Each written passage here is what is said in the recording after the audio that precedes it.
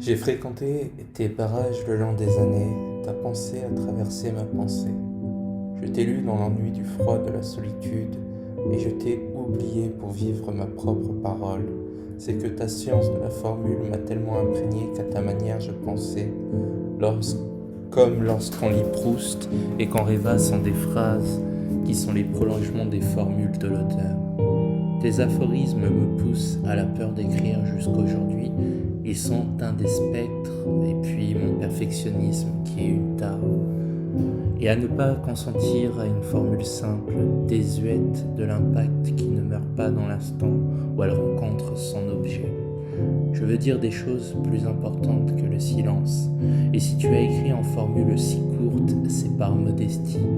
Quand tu t'es essayé aux essais plus longs, comme dans ton écrit sur la Roumanie, c'était par manque de cette même modestie. C'est que l'homme est un nœud de contradiction. Tu aurais détesté l'idée même d'un homme qui te rend hommage. Tu l'as d'ailleurs dit dans tes cahiers si je me souviens, et c'est un affront que je te fais. Aucun homme ne survit vraiment à sa propre mort, et même si on parle encore d'Homère aujourd'hui, c'est une interprétation d'un personnage qu'on n'est même pas sûr qu'il ait existé, qu'on fait.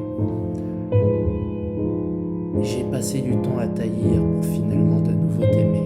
Tu ne m'as jamais laissé indifférent et tes écrits m'ont séduit.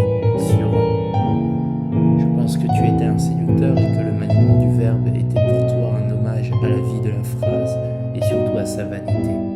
Lecteur de Pascal, comme je l'ai été à ta suite, et des moralistes, tu as eu le doux génie d'apprivoiser à leur manière une langue qui n'était pas la tienne. Moi qui vis cette langue, je ne peux la manier avec la précision qui était la tienne.